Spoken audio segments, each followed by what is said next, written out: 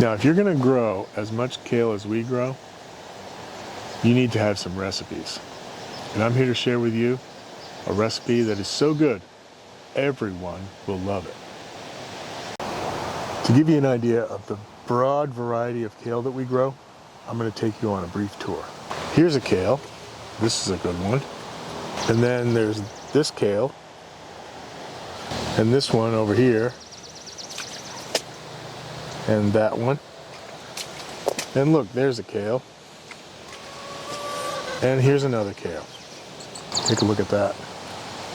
Isn't that beautiful? It's almost a whole meal right there. All right, so here I have some kale that I harvested. Now, don't rush off and go straight to the cutting board. What I'm going to share with you now is a key step that a lot of people skip. What a lot of people don't know about kale is that, like onions and garlic and potatoes and sweet potatoes, carrots, there's a very important curing step that you have to go through before you prepare it to eat. So what you want to do with your kale is hang it in a well-ventilated area, out of direct sunlight, not for very long. I would say maybe 15 minutes. You want to hang it upside down, just like this. This step will draw all the nutrients down into the leaf and then out, so that you can get them into the dish that you're going to prepare later.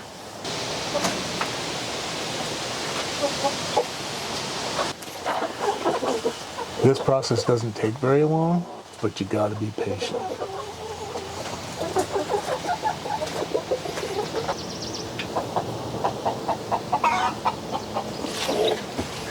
Pixie, can I have an egg? Can I have an egg? Ow, ow. Ow. Ow. Pixie.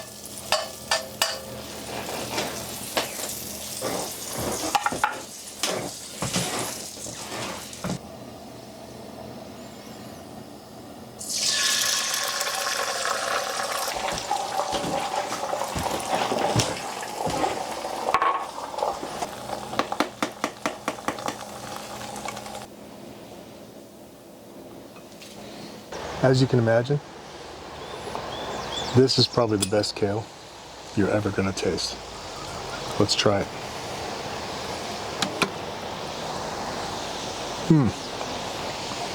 Yeah. Light, fluffy, buttery.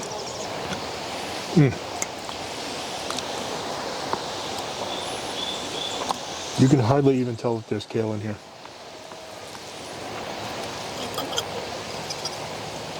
So good. I'm so glad I was able to share this with you, because I know it's going to change your life. If you like this video and found this helpful, please subscribe. It would help us out a lot. And see you next time. Bon appetit. So good.